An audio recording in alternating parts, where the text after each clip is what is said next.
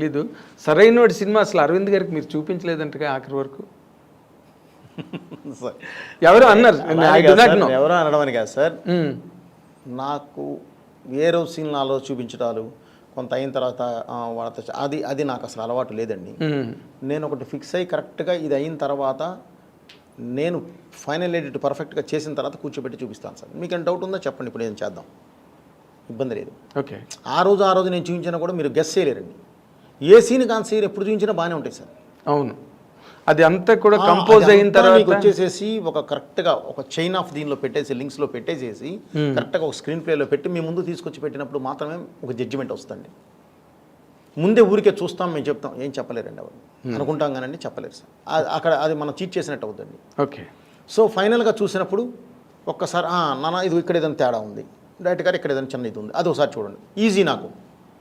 ఓహో ఇందుకు అడుగుతున్నారా, లేదంటే సార్ ఇదిగో దీని లింక్ ఇదిగో ఇక్కడ ఉంది కాబట్టి నేను ఇది చేశాను అని చెప్పడానికి ఉంటుంది.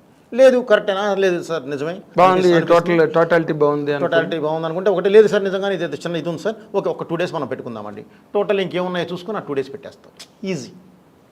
అదే వాళ్ళకి చెప్పడానికి ఈజీ, మీకు చూపించడానికి ఈజీ, వాళ్ళు చెప్పిన తర్వాత మీరు కరెక్ట్ చేసుకోవడం కూడా ఈజీ అండి. అలా కాకుండా ఇవాళ చూసావు, ఒక ఇంటర్వెల్ దాకా అయింది, కొంతవరకు ఉంది చూసావు, ఇప్పుడే జడ్జ్ చేయలేరు.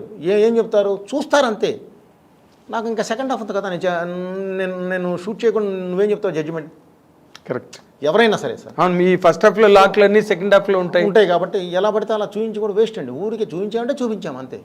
అది ఎందుకు, అది నాలుగుగానే ఏంటంటే నేను ఆయనకి ఇదే చెప్పానండి, గురుగారు నాకు జడ్జిమెంట్ కావాలంటే నువ్వు రోజుకోసారి చూసే జడ్జిమెంట్ రాదు.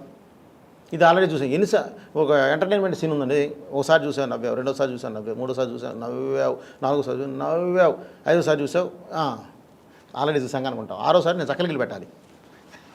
ఎందుకు వస్తుంది సార్ నవ్వు? సో అన్నిసార్లు నీకు, ఎందుకంటే నువ్వు ఇక్కడ చూస్తున్నావు, దానికి తర్వాత ఒక ఆర్ఆర్ యాడ్ అవుద్ది, అద్భుతమైన నీకు ఇది యాడ్ అవుద్ది, వాయిస్ యాడ్ అవుద్ది, డబ్బింగ్ యాడ్ అవుద్ది, ఇవన్నీ యాడ్ అయినప్పుడు ఒక డిఏ కలర్ఫుల్ డిఏ యాడ్ అవుద్ది.